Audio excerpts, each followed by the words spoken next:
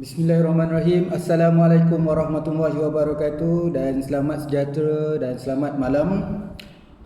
Kita hampir ke penghujung dalam bab 1 dan hari ini kita ke bahagian kepentingan kajian. Ada dalam tesis outline ataupun format dalam bab 1, ada yang tulis kepentingan kajian, ada yang tulis jangkaan kepentingan kajian, expected finding, ada yang tulis significance of the study ataupun significant kajian. Okey, jadi apa sahaja format ataupun nama yang sesuai dalam bab 1 ini, bahagian ini, sila rujuk pada universiti masing-masing. Kadang-kadang istilah ni berbeza-beza, dan amalan juga di fakulti dan di universiti dan juga bidang ilmu juga berbeza-beza. So hari ini lebih kepada merujuk kepada video ini untuk memberikan sedikit penerangan dan penjelasan, dan saya ada sertakan juga template dalam Words dan juga PDF. PDF tu at least boleh nampak gambaran secara luas, visual dia supaya senang nampak. Kemudian saya bagi yang Microsoft Word untuk kita buat. Okey, untuk template tu nanti semua yang dapat template itu nanti boleh ubah suai template itu ikut kesesuaian. Okey, saya punya niat dan objektif adalah untuk memudahkan. Jadi saya tulislah beberapa perkara yang saya akan jelaskan sebentar lagi. Bukanlah bermaksud semua researcher kena buat apa yang saya tulis, yang saya bracket tu. Dekat bawah dia saya nyatakan satu. Kalau metodologi tu banyak saya listing. Bukan bermaksud kepada semua kena buat benda yang sama. Tujuan kepentingan kajian ataupun boleh katakan sebagai apa sebenarnya kepentingan kajian itu adalah kita berada dalam bab 1, masih lagi dalam bab pengenalan. Bab pengenalan iaitu bab pengenalan kepada sebuah tesis. Maksudnya apa perjalanan atau proses penyelidikan kita akan lalui yang sebenarnya selepas ini, iaitu chapter 2, 3, 4 dan 5. Jadi dia pengenalan kepada literature review, metodologi, dapatan, analisis, dapatan, perbincangan dan bab conclusion sendiri. Jadi bila sebut kepentingan kajian, saya nak perjelaskan secara mudah dia nak faham, dan juga apa yang berlaku selama ini, apa kesilapan yang biasa dilakukan oleh student postgrad di bahagian ini. Yang ini yang saya nak bincangkan dan nak jelaskan. Okey, contoh dia, banyaknya yang kita panggil pertama kali lah, pertama kali. Kadang-kadang ada yang buat PhD ni masa master dia buat coursework, jadi dia pendekatan untuk buat tesis ni mungkin kurang sikit berbanding dengan pelajar yang memang dapat master by research. Dan juga kepada pelajar yang fast track, maksudnya daripada degree terus kepada PhD. Okey, bahagian ini banyaknya orang menulis. Saya kata tak salah sebab di dalam template yang saya beri ini pun ada bahagian itu. Tapi kalau kita kata ada berapa bahagian, kalau kata ada 4 bahagian, dia cuma cover satu bahagian saja. Maksud ada 3 bahagian lagi. Itu pun satu bahagian itu pun tidak lengkap sebenarnya. Okey, dia orang banyak cerita, researcher menulis bahagian ni adalah memberitahu kepentingan ni siapa yang dapat manfaat. Kalau kata dalam research education, dalam pendidikan, dia beritahu dapatan dia, nanti yang dia buat research ni, dapatan dia dapat, research yang dia dapat ni memberi sumbangan kepada pelajar, dan juga kepada guru, kepada pengetua, kepada sekolah, kepada pejabat ataupun PPD, pendidikan daerah, PPN, pendidikan negeri dan pendidikan pusat, dan kepada negara dan kepada negara-negara lain. Jadi banyaknya orang cerita manfaat ni kepada individu ataupun institution atau organisasi yang dapat manfaat, walaupun secara sama ada secara direct ataupun indirectly. So ramai yang cerita kepentingan kajian adalah orang yang dapat manfaat. Saya tak kata salah, tapi dia cuma cover satu bahagian dia, iaitu kita katakan dalam bahagian dia kita boleh kata secara practically lah. Practically dia dari segi manfaat dia, siapa yang akan dapat, implikasi dia siapa akan dapat, ini saja disebut. Tapi dia lupa penyelidikan ni, dia proses penyelidikan. Kita lupa yang sebenarnya komponen-komponen yang ada dalam bab 2, bab 3, bab 4, bab 5 tak dilaporkan. Sebab kita bincang sekarang kepentingan kajian. Bukan kepentingan dapatan kajian. Kepentingan kajian. Dalam kajian ada apa? Kita ada literature review, kita ada metodologi, kita ada analisis, kita ada dapatan dan kita ada conclusion. Jadi kita hanya sebutkan tadi yang manfaat tu sebahagian kecil yang ada dalam bab conclusion je. Jadi tertinggal berapa bab? Bab 2, bab 3, bab 4. Okay, dalam bab 2 tu banyak lagi komponen dia, bab 3 banyak komponen. Kita terlupa ya, sebenarnya kita sedang buat penyelidikan. Jadi ramai yang buat kesilapan, iaitu dia tidak melaporkan bahagian-bahagian penting dalam penyelidikan ini dalam kepentingan kajian. Bila kita buat research, setiap proses ke satu proses ataupun step by step kita tu ada sumbangan ataupun kita panggil kepentingan kajian yang perlu dilaporkan. Okey. Jadi kita kena faham, kalau saya ulangkan balik, kalau kita buat introduction 1.1 pengenalan, itu namanya pengenalan bab. Cukuplah orang tahu dalam bab ni nak tulis apa. Okey. Yang kedua 1.2 latar belakang. Latar belakang ni yang penting sekarang, latar belakang latar belakang kajian, latar belakang penyelidikan. Jadi bila sebut penyelidikan, biarlah latar belakang tu berkaitan dengan kajian. Jadi secara spesifik dia, apa itu latar belakang? Latar belakang adalah isu-isu yang relevan. Kenapa nak bincang isu-isu yang relevan? Kalau you tak bincangkan isu yang relevan, macam mana kita nak kenal pasti apa masalah kajian? Apa itu penyataan masalah kajian? Tugas research background ni untuk mengenal pasti apa yang wujud dalam bentuk penyelidikan, iaitu akademik, sama ada tesis atau artikel ataupun yang berkaitan dengan academician, yang juga berlaku dalam industri, yang berlaku dalam kerajaan. Apa yang berlaku ni, okey, memberi satu isu yang relevan. Okey, now kena buat penyelidikan. Jadi tugas research background adalah untuk keluarkan isu yang relevan, untuk keluarkan ataupun nak membantu mengeluarkan isu-isu yang relevan ataupun punca tadi kepada pembinaan penyataan masalah nanti. Penyataan masalah direct, dan dalam masalah kajian hanya masalah yang kita nak selesaikan dalam penyelidikan ini saja yang kita tulis dalam penyataan masalah, dan setiap masalah itu akan dijadikan dalam bentuk objektif. Dan tugas buat objektif kajian nanti itu untuk menyelesaikan masalah. Jadi kita ada objektif kajian, kita ada persoalan kajian dan hipotesis untuk menyelesaikan penyataan masalah itu. Okey, kemudian kita pun dah cover definisi operasi untuk term-term ataupun operational, perkataan-perkataan yang penting dalam tesis supaya orang baca dalam tesis kita faham, jelas. Istilah digunakan tepat supaya sepanjang tesis ini keyword itu memberikan makna yang bertepatan. Justru hari ini kepentingan kajian. Okay. Kalau kita faham dari segi proses saya sebutkan sekejap tadi dalam masa 1 minit 2 minit tadi dari mula, so saya jelaskan bahawa setiap komponen tu ada perkaitan. Jadi nak beritahu setiap bahagian itu ada sumbangan dia. Nanti dekat research background nanti dia akan ada kesinambungan dia dekat 2.2 dekat literature review. Problem statement, objektif, research question, hypothesis. Dia sentiasa lekat dalam minda kita dan dia akan sentiasa bawa. So bila buat bab 2, kita buat literature review untuk apa ni?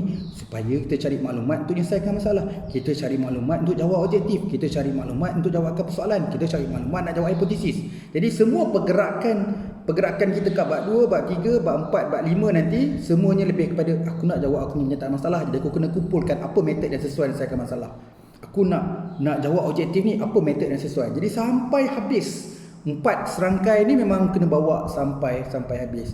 Jadi definisi operasi tadi nak beritahu supaya kita bila jumpa perkataan itu kita jelas dan faham apa yang kita nak kaji. Sebab dekat bab 1 definisi operasi itu dah jelas nak beritahu. Yang berikutnya dekat kepentingan kajian. Jadi bahagian ni antara bahagian yang penting. Jadi orang nak tahu apa sumbangan yang bakal kita dapat daripada penyelidikan ini. Bila sebut penyelidikan, orang ada yang nak tahu dekat bahagian depan, iaitu bahagian literature review. Orang nak tahu dekat method. Okay, ikut bidang saya mungkin mendekati research ni, ada yang bidang memang dia strong dekat method. So dia buat kajian ni method baru.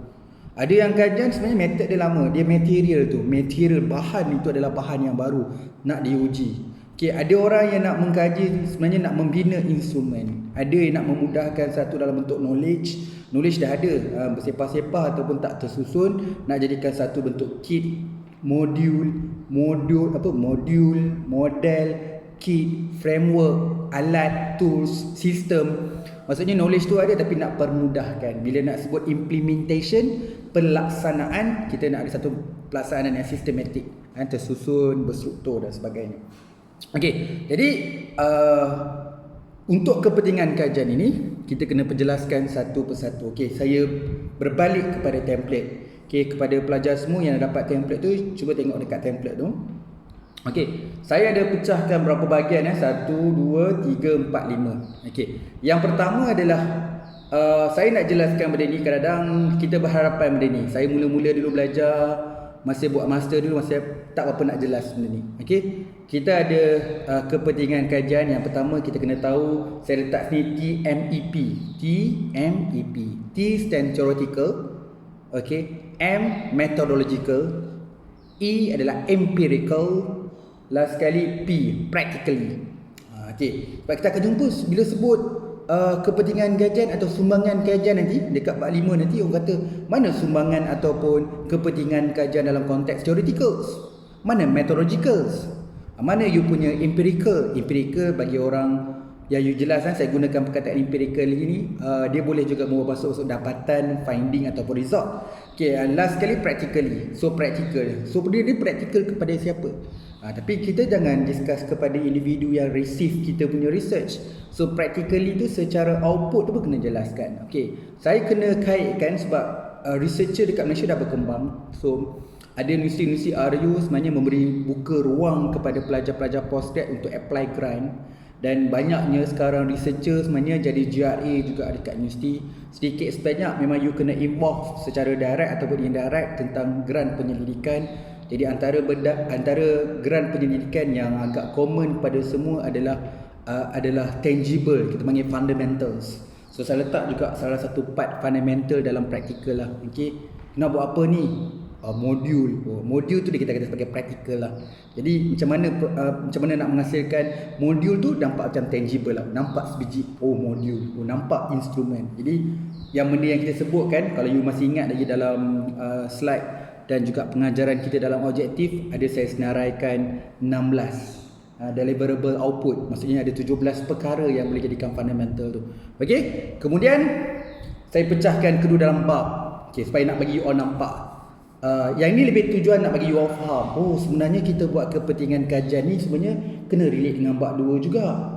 Kena relate dengan bab 3, dengan bab 4, kena relate dengan bab 5.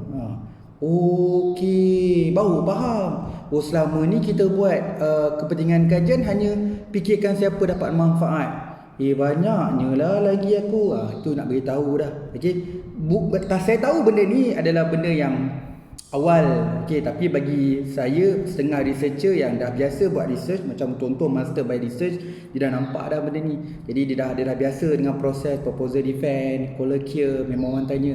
Sebab bahagian ni orang tanya, you nak buat apa sebenarnya? Okey, research yang you dapat nanti apa outcome dia? Apa sumbangan dia? Dulu suatu masa dulu orang cukup takut dengan perkataan apa sumbangan kajian. Dulu lagi takut sebab mungkin dah semakin upgrade, dah semakin semua orang dah makin faham.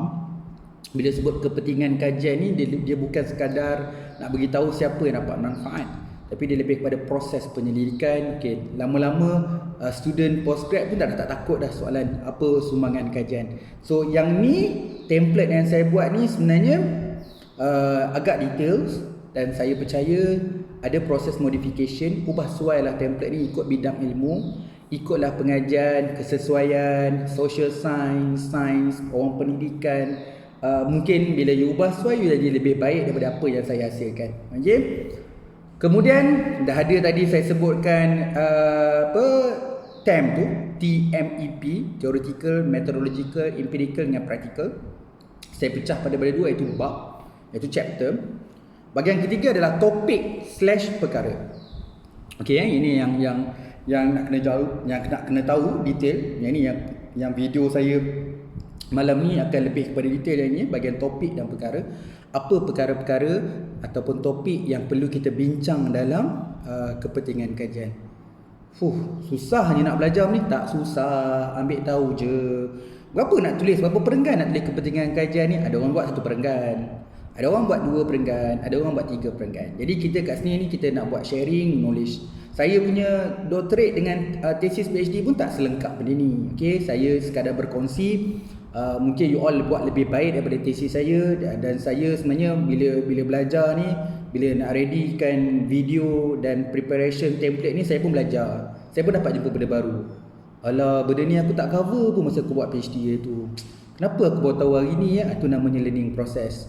Nanti kalau you jumpa saya mungkin 2-3 bulan akan datang, mungkin template ni berubah. Sebab kita belajar demi belajar. Okey, kita belajar. Mungkin template ni mungkin saya kena pecah. Okey, bidang kualitatif macam ni, bidang kuantitatif macam ni. Okey. Tapi saya lebih kepada saya memberikan secara umum, agak detail. Nanti you permudahkan, mungkin you akan menghasilkan lebih ringkas. Okey, yang ketiga yang you kena tahu sebenarnya dalam penyelidikan ni, tak semua kita tapau habis.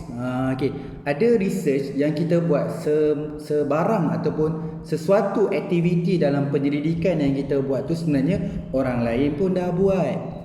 Okey, saya guna metod yang sama, saya gunakan case study. Masalah dengan supplier, dia guna case study, saya pun gunakan case study. Jadi kaedah strategi penyelidikan itu sama. Dia guna case study, saya guna case study. Jadi dalam case ni saya bukanlah extension research. Sebab dah ada orang pakai case study sebelum ni. Jadi kita pakai case study juga. Jadi dalam case ni dia panggil replicate. Maksudnya dalam template ni saya pecah 2, iaitu pengulangan. Mungkin ada nama bahasa Melayu lebih baik lepas ni, tapi saya letak pengulangan ataupun namanya replicate. Satu lagi adalah extension. Sebab tu pernah dengar orang sebut research ni replicate, research ni extension. Saya tak nak gunakan perkataan novelty dengan baru lah, sebab kita sebagai seorang student, saya sendiri saya suka guna yang perkataan extension lah. Maksudnya ada perkembangan. Okay, takut nak guna perkataan baru dengan novelty ni. Okay, jadi ada 2, pengulangan dan extension. Okey. Pengulangan ni boleh ke buat kajian? Ada saya sebut sebelum ni. Kajian yang pengulangan ni sebenarnya tak salah sebenarnya. Okey. Lagi-lagi dia berkaitan dengan kajian tu dari segi equipment, facilities, kita tak mampu dalam benda tu. Jadi bila kita buat pengulangan ni macam COVID-19 ni, okey, dia criticals. So bila critical, replicate tak ada masalah. Walaupun student PhD tapi dia berjatuh juga, dapatlah PhD tu walaupun buat replicate. So tengoklah subjective matters lah dalam bab kita nak mengukur sama ada dia layak ke tidak layak dalam PhD. Cuma bidang dia, supervisor, panel, researcher, pelajar sendiri dia akan tahu dari segi range dia, dari segi keupayaan, capability dia, dari segi kekuatan dan kelemahan dalam satu bidang, sejauh mana dia cover tu dalam konteks Malaysia ataupun Asia ni, dia masih lagi dalam peringkat yang tiada ataupun sangatnya kurang benda ni. Jadi replicate juga dibenarkan.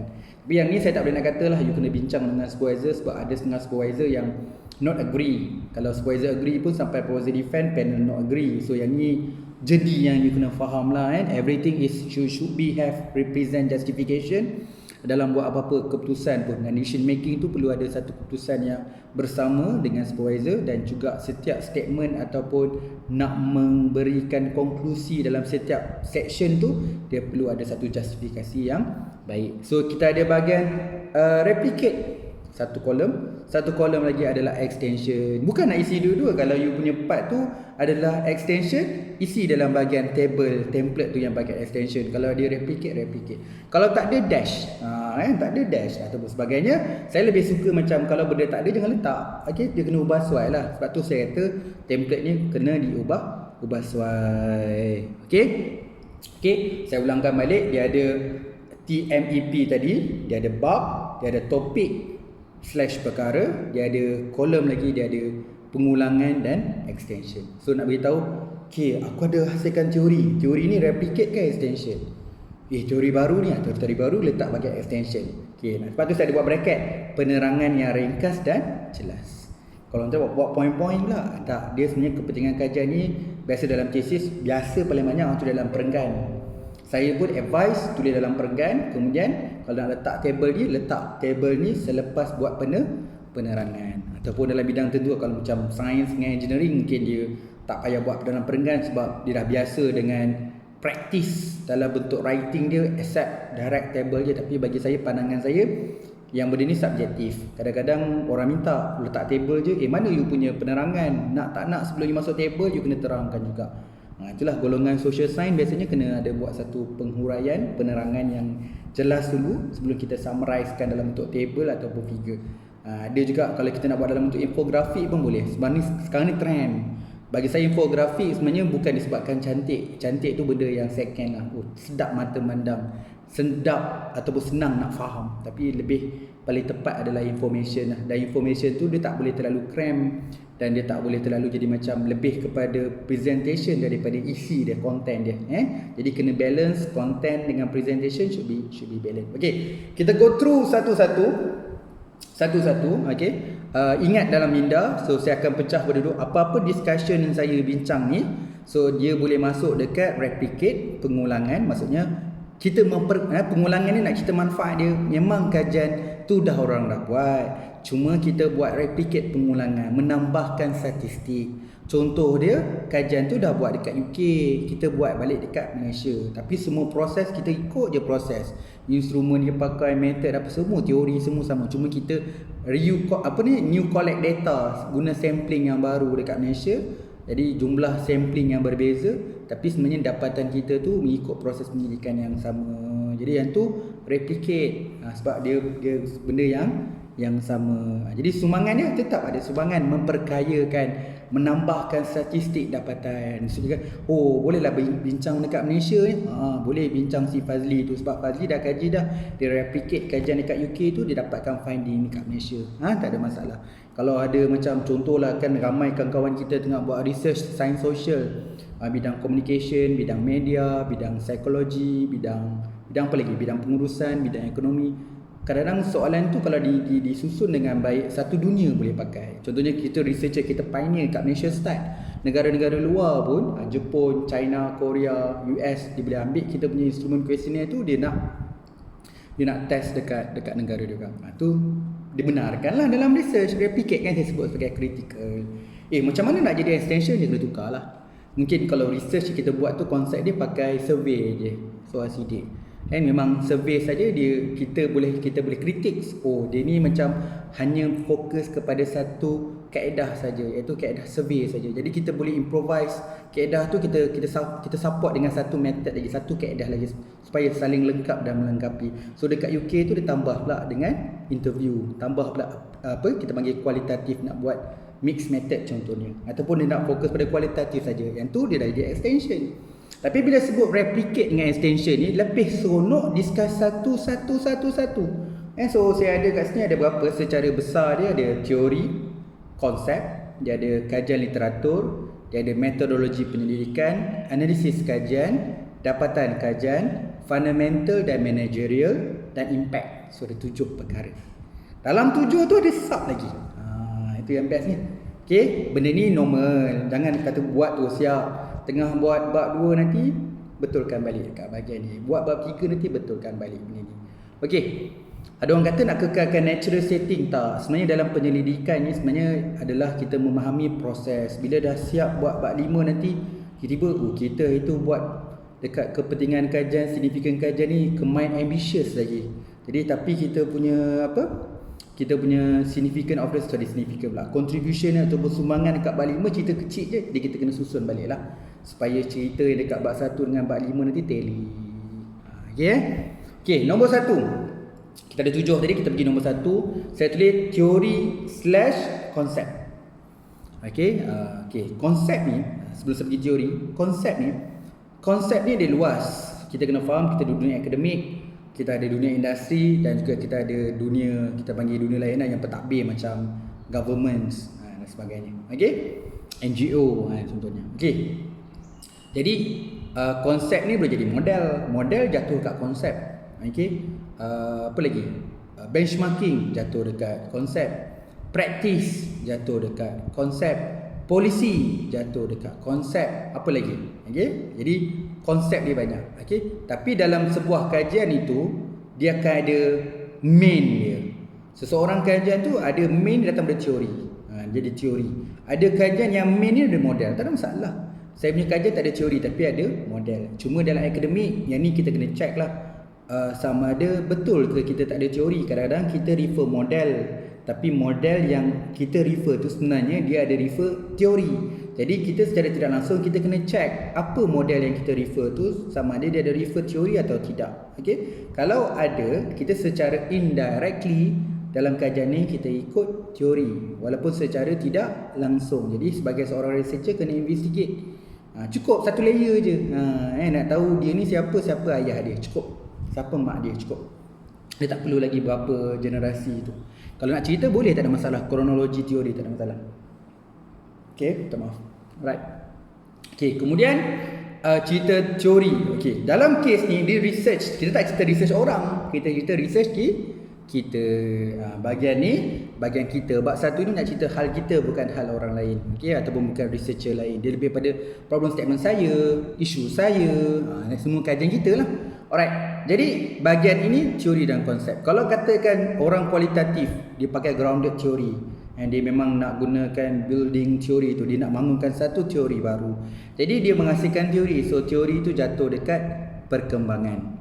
Tulislah teori ni apa dan sebagainya. Teori je.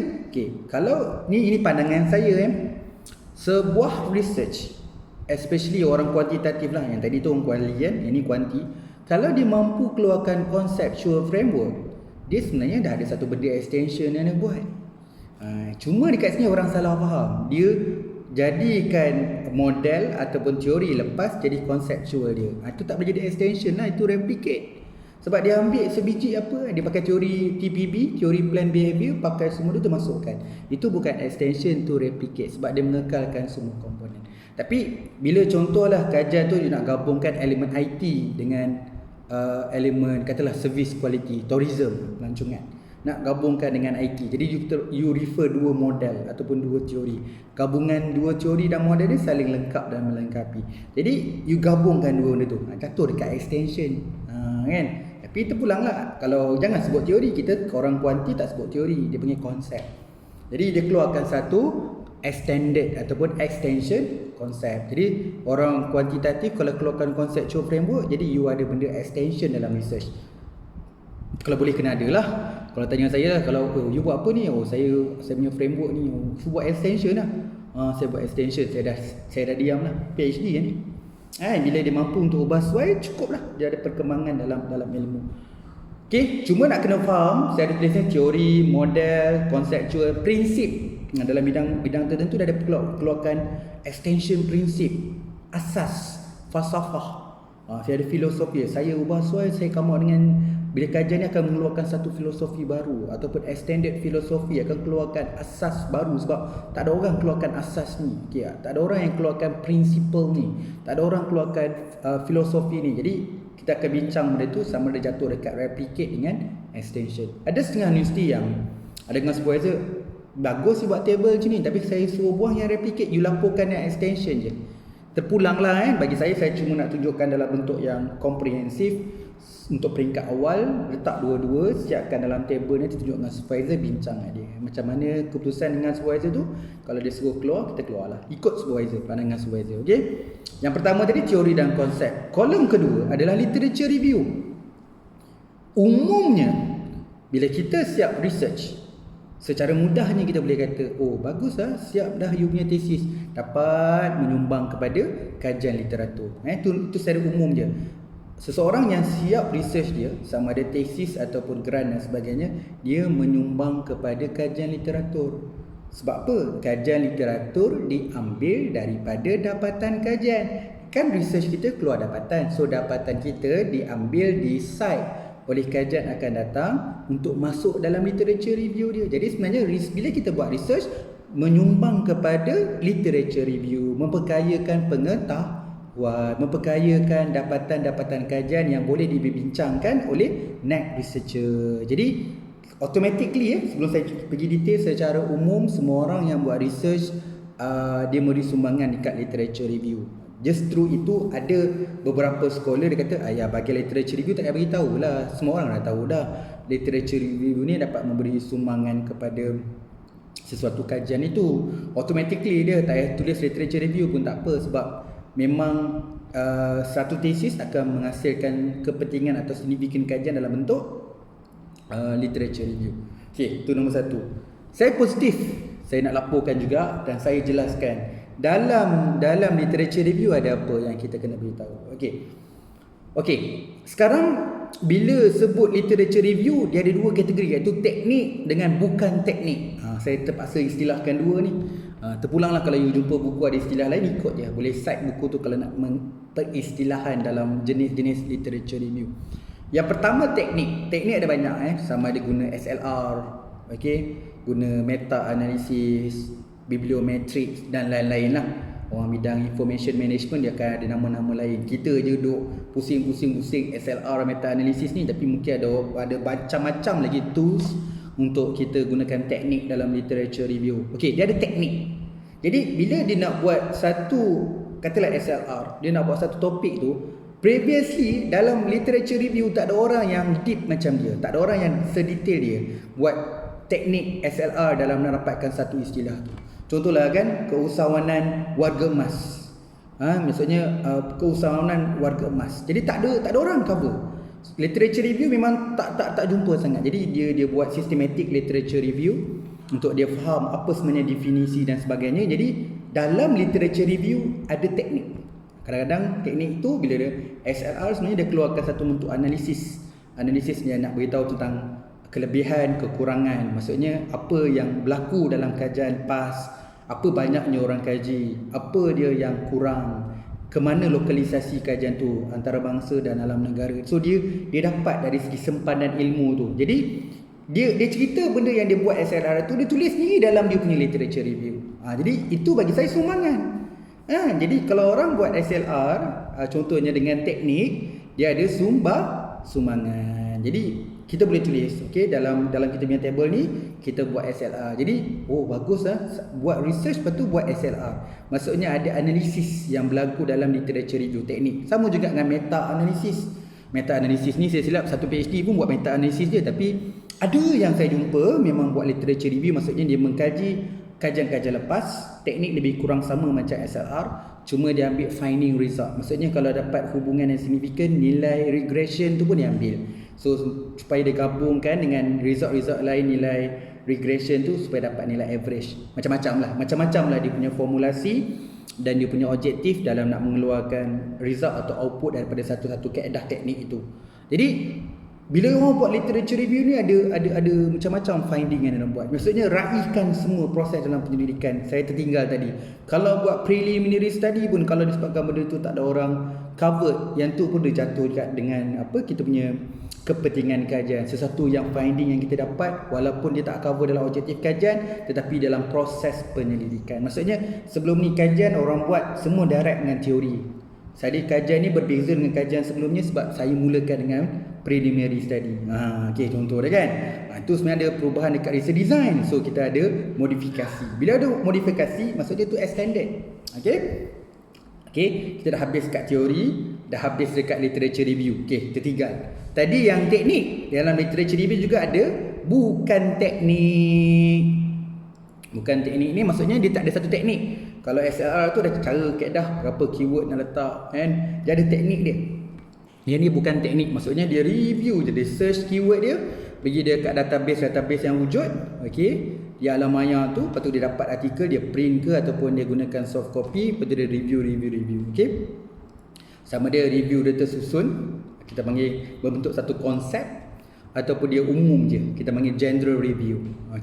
Dalam kes ni mungkin kalau kita nak laporkan dapatan kita dekat literature review yang umum dengan umum dengan yang konsep tadi, mungkin jatuh dekat replicate lah.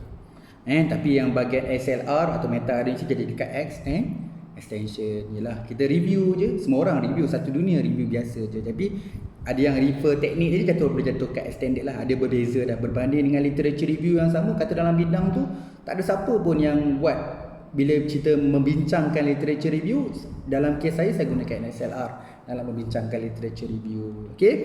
Dalam research ni sebenarnya melaporkan, bila you letak dalam table kita nampak lah, SLR memang tak ada orang buat tak ada orang buat tu yang saya buat tu. Oh bagus lah, dia extension satu. Jadi saya sebagai penilai bila tengok table ni kita nampak lah effort. Oh bagus lah effort yang dia buat. Tapi kalau semua extension, semua replicate je, kat mana you punya eksplorasi yang baru sikit approach, semua replicate je kan. Dia sebenarnya saya setuju sebenarnya PhD kena ada extension. Tapi bukan semua extension. Maksudnya kalau dah tengok table saya tadi, takkan semuanya replicate. Mesti ada satu at least extension. Macam mana pun PhD mesti ada extension satu lah. Tapi sebenarnya you boleh lebih daripada satu. Okay, selama ni mungkin you tak nampak ataupun kita masih lagi tengok secara umum. Yang saya ready ni secara detail, spesifik. Jadi kita nampak apa yang sebenarnya kita nak bincangkan dalam kepentingan kajian. So kita pergi nombor 3. So kategori tadi itu teori dan konsep atau teori atau konsep satu. Yang kedua tadi adalah kajian literatur. Dua-dua ni kategori bawah teoretikal. Kepentingan kajian dalam konteks teoretikal ataupun nanti kat bab 5 sumbangan dalam bentuk teoretikal, termasuk teori, konsep dengan literature review. Kenapa saya hujah ada begitu? Kadang-kadang ada setengah universiti memang letak kerangka teori atau teori tu kat bab 1. Ada yang letak teori itu dibincang dalam literature review. Jadi literature review pun sedikit sebanyak memang membahaskan dan membincangkan benda-benda ataupun punca ilmu tu, asas dalam knowledge, sama ada rujuk model, saya sebut tadi lah, konsep, teori dan sebagainya. Jadi teori / konsep dan literature review tu bawah theoretical. Jadi kepentingan bawah cluster theoretical. Okey. Yang kedua kita pergi cluster bawah methodological lagi. Methodology. Okey, methodology. Okey, bawah metodologi saya ada dua, iaitu dalam method dia sebenarnya dua benda ni tak boleh dipisahkan dari segi metodologi itu, maksudnya kaedah penyelidikan itu, dan yang kedua adalah analisis. Sebenarnya analisis itu, perbuatan aktiviti dalam analisis itu berpandukan metodologi. Jadi dalam kita cerita metodologi dulu. Okay, dalam metodologi kali ni, so antara benda saya susun lebih kurang macam outline sikit sebanyak, dia memang ikut dekat research design. Okay, nombor 1, ada orang yang ubah suai research design. Saya memang refer dekat rumah sekaran research design, tapi saya ubah sikit.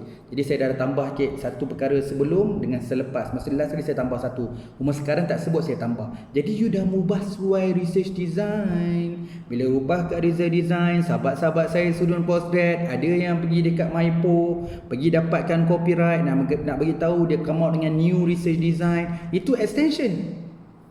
Itu extension. Bila you mampu untuk mengubah suai, ubah suai tu bukanlah 100%, dia ubah suai ikut keperluan dalam proses penyelidikan.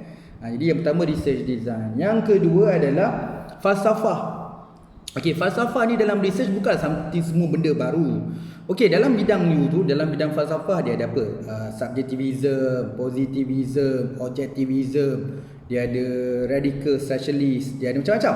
Okey, dalam kes ni, kalau you refer dalam buku research methodology ataupun kita panggil filosofi ataupun paradigm research, dia ada banyak filosofi. Yang you nak buat filosofi tu tak ada orang cover sebelum ni. Kan? Semuanya cover dalam kualitatif. Positivism dengan objectivism tak ada orang cover. Jadi falsafah baru itu sebenarnya memperkayakan ataupun extendedkan research. Sebab tu saya tulis juga dengan falsafah. Falsafah sedikit sebanyak dia relate dengan approach kaedah yang kita panggil induktif dengan didaktif. Satu kajian tu sebenarnya you nak buat dua-dua, iaitu gabungan induktif dengan didaktif, abduktif nama dia. Itu pun tak ada orang kaji lagi. Jadi you akan memberi sumbangan dalam bentuk falsafah dan dalam bentuk approach.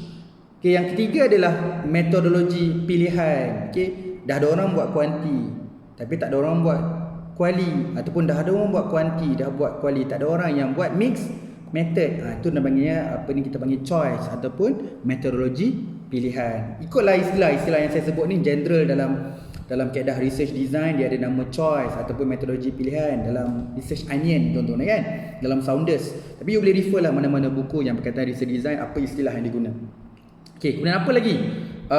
Strategi penyelidikan. Okey, orang guna yang sekian, orang guna action research dengan grounded theory, tapi tak ada orang guna case study. Saya orang pertama gunakan case study. Okey, bila orang pertama dalam konteks itu, topik itu gunakan case study, you ada extension. Sebab method yang berbeza. Okey, method. Apa lagi? kesahan dan kepercayaan. Maksudnya selama ni kalau kita tengok satu kajian tu dari segi kesahan dia buat simple je. Dua benda je dia buat.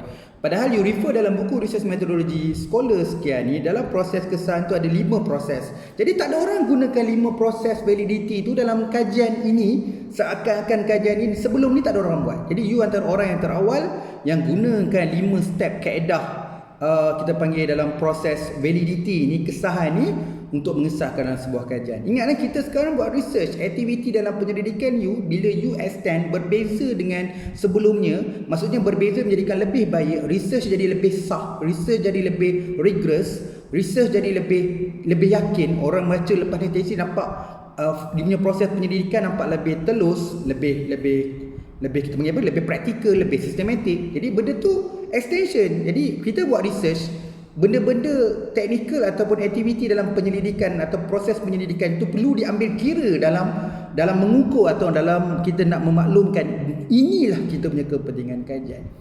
Jadi ufuk masa, okey, kalau tahu ufuk masa ni ada 2 dalam research. Kita panggil cross sectional dengan longitude. Okey, banyaknya kajian buat cross sectional tapi tak buat dalam longitude. Jadi beritahu dalam kajian ni saya gunakan longitude. Jadi orang tu kajian ambil masa lama sikit lah sebab you guna pakai longitudinal study ni jadi memang betul tak ada orang kajian lagi nak buat. Okey. Ada tu orang tanya, benda ni nampak macam gap ke? Ataupun dia kata dalam problem statement tu extension tu yes. Extension tu yes. Jadi sebab tu kita tengok nanti yang you letak nanti dekat extension nanti tu, kita akan buka balik problem statement.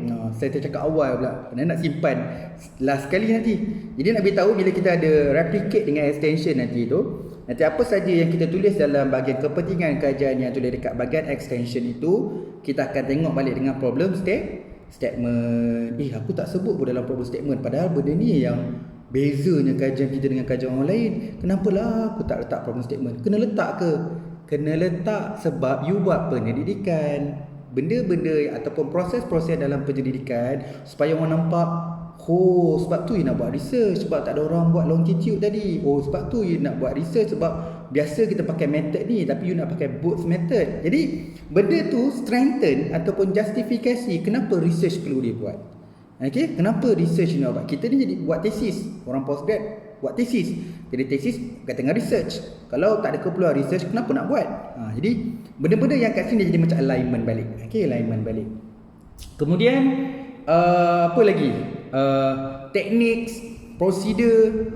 Teknik prosedur maksudnya kaedah apa lagi? Kaedah persampelan dia, teknik persampelan dia. Ada orang pakai teknik persampelan ataupun selama ni tak ada orang yang detailkan jenis-jenis ataupun proses sampling frame tu. Okey, tak gunakan teknik size sampling yang betul. Sebelum ni kajian kabur, orang tak jelaskan, main collect je. Jadi kita ada satu kiraan populasi dengan sampling yang betul. Jadi you sebenarnya menggunakan sesuatu pembaharuan ataupun penambahbaikan dalam penyelidikan. Jadi you ada extension je. Okey, begitu dengan unit analysis. Okey, walaupun dia sumbangan dia kecil tapi sebenarnya dia memberi satu dapatan. Satu kajian banyak umum tentang pelajar, tapi tak ada satu kajian yang mengkhususkan kepada pendidikan awal kanak-kanak. Jadi saya gunakan sampling ataupun unit analisis saya individual, menggunakan sampling pelajar-pelajar ni. Jadi itu pun sumbangan letak dekat extension. Okey. Alright. Kemudian yang bahagian kedua untuk methodological ini iaitu analisis kajian. Okey. Perkara yang kita nak analisis ni dah sebut dalam metodologi. Analisis adalah proses yang kita bila analisis dapat result kan. Dapat result pula. Analisis apa yang kita guna dengan bila dapat data nanti. Okey, biasanya isu dia dekat perisian. Kalau orang kuantitatif software lah. Saya guna software ni. Kadang-kadang you jangan ni lagi bagus tak. Keperluan software. Software ni kelebihan dia dapat keluar result yang ni. Yang software ni dapat result macam ni. Saya nak buat full model, kena pakai software ni. Jadi sebelum ni orang buat kajian tu tengok kesan tapi tak tengok kajian dalam bentuk jadi modeling. Jadi saya nak tengok dalam konteks modeling. Jadi preset itu tidak digunakan lagi dalam kajian-kajian sebelum ni, walaupun orang lain telah dapatkan data ataupun konsep data collection yang hampir sama, tapi proses analisis yang berbeza. Apa lagi? Teknik analisis. Kadang-kadang analisis tu dia sampai ada proses je. Saya sampai regression. Okey, saya sampai nak tengok mediator dengan moderator. Jadi dia dah sampai extension yang orang tak buat kan. Jadi ada analisis yang integration, kadang-kadang dalam bidang matematik, dalam bidang statistik. So you ada contribution dalam konsep analisis. Bila you ada mix, you blend, you formalize, reformalize.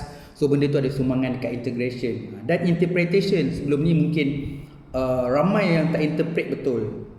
Jadi you mengkaji, you explore macam mana how to interpretasi data ni.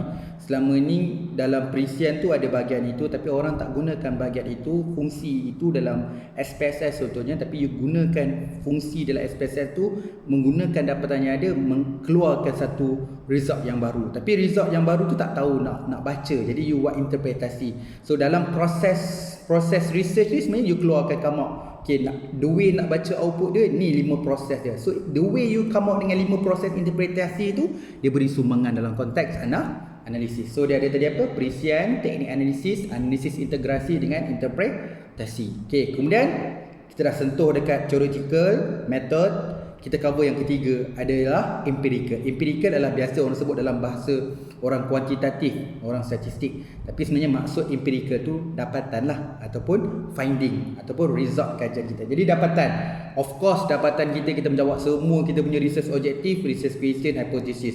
Takkanlah semua kita punya research question tu tak ada satu sumbangan baru, extension. Jadi bahagian ni agak mudah lah. Jadi semua orang tahu berdasarkan research objektif atau research question atau hypothesis, dia mengeluarkan satu dapatan. So dapatan tu pecah dua, sama ada dapatan tu replicate, dapatan tu extension. Macam mana nak beza? Orang lain pun tengok hubungan, orang lain pun dapat dapatan, kita pun dapat dapatan tu replicate. Tapi satu dapatan ni tak ada, kita je yang buat gunakan covariate ni, kita je tambah jadi mediating, jadi dapatan ni dapatan baru. So tak ada lagi kajian sebelum ni dapat dapatan ni, itu jatuh dekat extension. Kemudian dah bahagian theoretical, method, yang tadi empirical, yang keempat adalah practical. So practical ada dua bahagian. Bahagian pertama macam ni, okay, yang ni kena sebut lah sebab trend sekarang ni bila sebut nak nampakkan tangible ni, okay, you punya research you nak buat apa? Apa you punya sumbangan kajian nanti? Apa bentuk physically ataupun tangible result yang you akan dapat? Sebab tu sekarang ni banyak orang buat developing. Contohnya develop sistem, produk, alat, modul, model, apa lagi, polisi, kit, instrumen, garis panduan, SOP, profiling, index. Okay, jadi orang keluarkan sesuatu dalam bentuk yang kita nampak lah, bentuk nampak atau boleh disebutkan sebagai fundamental. So kat sini kalau ada, nyatakan, kalau tak ada, boleh remove lah bahagian ni. Okay, cuma nak beritahu kalau you buat, kena laporkan lah supaya orang nampak, oh you hasilkan satu model. Model ni memang tak ada, yang ni lah model saya, extension saya ada tambah, oh saya hasilkan modul. Jadi bahagian ni orang nampak, oh you hasilkan modul atau dan sebagainya. Okay. Okay, yang kelas sebenarnya dia cerita dekat implikasi ataupun ceritakan manfaat tadi tu yang saya katakan awal-awal, ramai yang tulis kat bahagian ni. Tapi bila tengok secara umum sekarang ni, elok pensyarah, elok researcher, kita sebut perkataan impact. Bila impact, saya pun mengkaji beberapa proposal grant sebelum ni. So ada 4 perkara yang bila sebut dalam impact tu. Yang pertama kerajaan.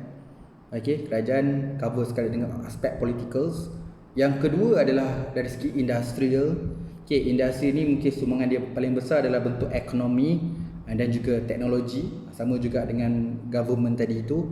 Yang ketiga adalah akademia, maksudnya dalam konsep kita unit analisis dalam akademia, termasuk researcher akan datang. Dan yang keempat adalah masyarakat ataupun komuniti. Jadi saya dah asingkan impact tu ada 4: kerajaan, industri, akademik dan komuniti. So kita ada 4 bahagian ni. Jadi beritahulah dekat bahagian practical ni apa yang kita dapat kepada kerajaan, kepada komuniti, kepada industri dan kepada academician, supaya orang akan nampak dekat kepentingan kajian ni, oh ini yang nanti kerajaan dapat apa, ni apa industri, apa sumbangan kajian ni kepada industri. Walaupun kita belum buat lagi research, tapi expected jangkaan kita punya research ni apa kepada industri, apa yang kepada jangkaan pada researcher yang akan datang, dan juga kepada komuniti. Okay, jadi kepentingan kajian ni nampak komprehensif, cover the whole aspect, theoretical, methodologically, empirically, dan juga last sekali adalah practically, yang cover daripada teori dan konsep, cover literature review, cover methodology, kita cover analisis, kita cover dapatan, kita cover fundamental and managerial. Saya letak ni fundamental dengan managerial. Managerial maksudnya dia jadi bentuk pengurusan lah, macam garis panduan tu. Yang last sekali adalah dari yang practical tadi tu, yang pada impact. Last sekali impact. Kerajaan, industri, akademik dan juga masyarakat. Okey, semua bahagian ini telah disusunkan satu bahagian ke demi satu bahagian untuk kita lihat you kena lapor sama dia replicate ataupun extension. Okey. Jadi faham balik video ini. Dari awal saya sebut dia adalah satu kepentingan kajian dalam penyelidikan. Jadi semua perkara, aktiviti atau jenis dalam proses penyelidikan ini ada kepentingan dia. Setiap satu aktiviti yang kita lakukan tu sama ada dia replicate ataupun extension. Jadi bincanglah theoretical, iaitu cover dalam konsep asas ilmu tu, teori dengan model dengan literature review. Cover dah methodological, jadi ramai yang bila buat research ada elemen-elemen baru dalam method, and cover dalam segi methodological proses dengan design dan termasuk analisis. Kemudian setiap research mesti dapat dapatan yang menjawab setiap research objektif, question dan hipotesis, jatuh dekat bahagian empirically. Dan last sekali, of course, dalam research kalau kita tak dapat jadikan satu practically, macam mana dia dapat berikan manfaat kepada orang lain. Jadi research ni bukan kita untuk diri kita. Walaupun kita capai PhD, dapat habiskan master, dapat bergraduat, tapi sebenarnya ada benda input ataupun output dalam practically. Satu benda yang disebut sebagai fundamental atau managerial. Dan yang kedua adalah siapa yang dapatkan manfaat itu, jatuhkan impact. So impact kepada kerajaan, impact kepada industri, impact kepada akademik, impact kepada komuniti. Okey, tapi jelas kat sini ini saya sediakan dalam bentuk yang agak komprehensif. Benda tak ada, jangan diada-adakan. Dan kalau benda yang you tak buat, you jangan letak. Maksudnya you ubahkan apa yang saya akan buat kat template ni untuk supaya orang yang lihat dalam tesis kita nanti, dia nampak apa yang kita buat. So tak payahlah kita dash ataupun yang ni saya tak buat. Habis tak buat kenapa sebut? Itu berhati-hati. Nanti you basuhkan template ni, nanti kalau nak guna save yang ni. So nanti copy satu lagi, nanti bertindan pula. Nanti you akan nampak, oh bila orang nampak benda ni. Satu lagi adalah bila dari segi presentation ataupun bila nak discuss dengan supervisor, kadang-kadang bahagian ni nampak macam tak pernah penting. Oh ni kepentingan kajian je, nanti bab 5 you buat lah. Okay, tak, saya nak nampak dia satu-satu proses. Lagi proposal defense.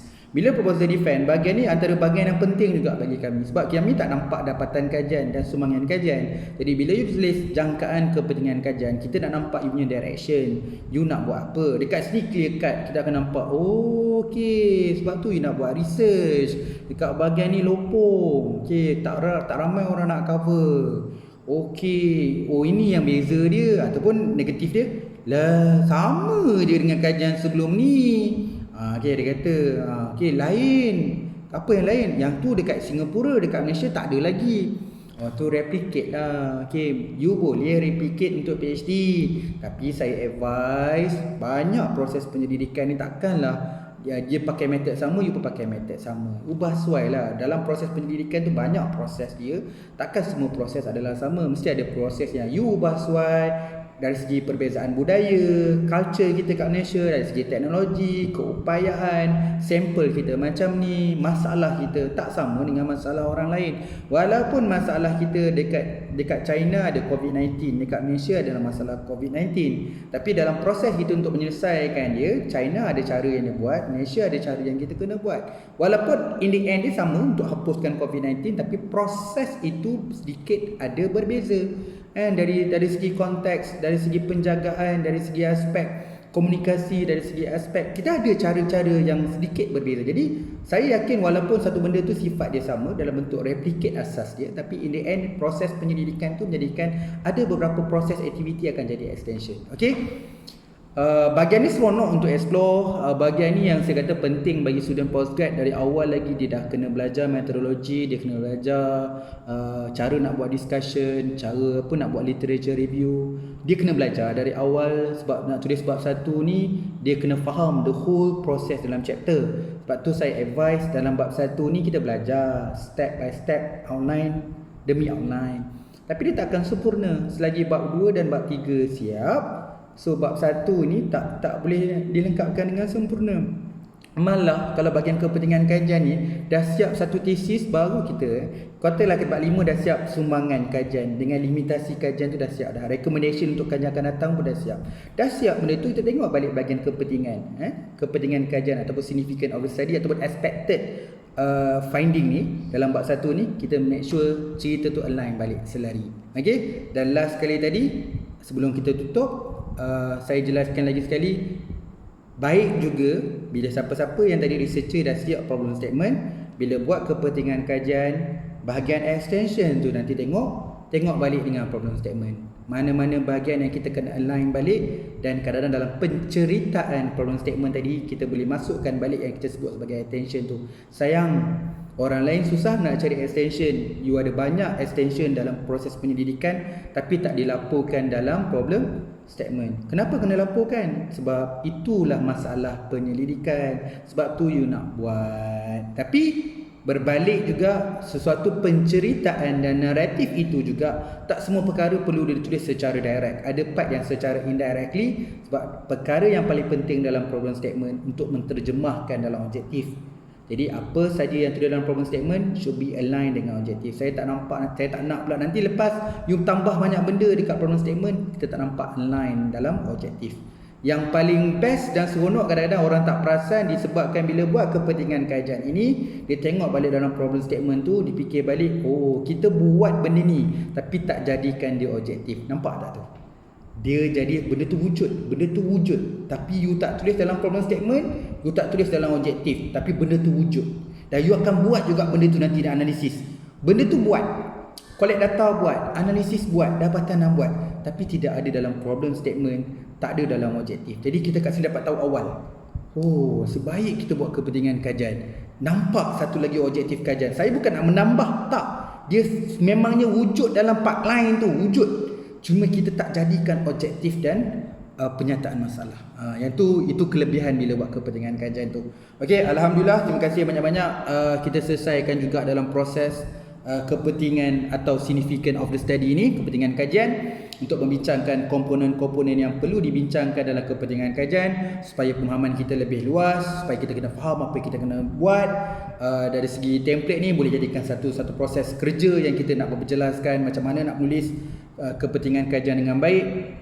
Okey, saya harap semua makin jelas apa itu kepentingan kajian. Saya mohon maaf sebarang bentuk tersasul, sebut bahasa tersilap ataupun terlepas tengah-tengah cakap melompat tempat lain. Saya mohon maaf atas kekurangan atau kesilapan ini. Semoga kita terus dapat manfaat dalam kelas ngaji tulis tesis. Terima kasih. Kita jumpa dalam sesi perbincangan. Assalamualaikum dan selamat malam.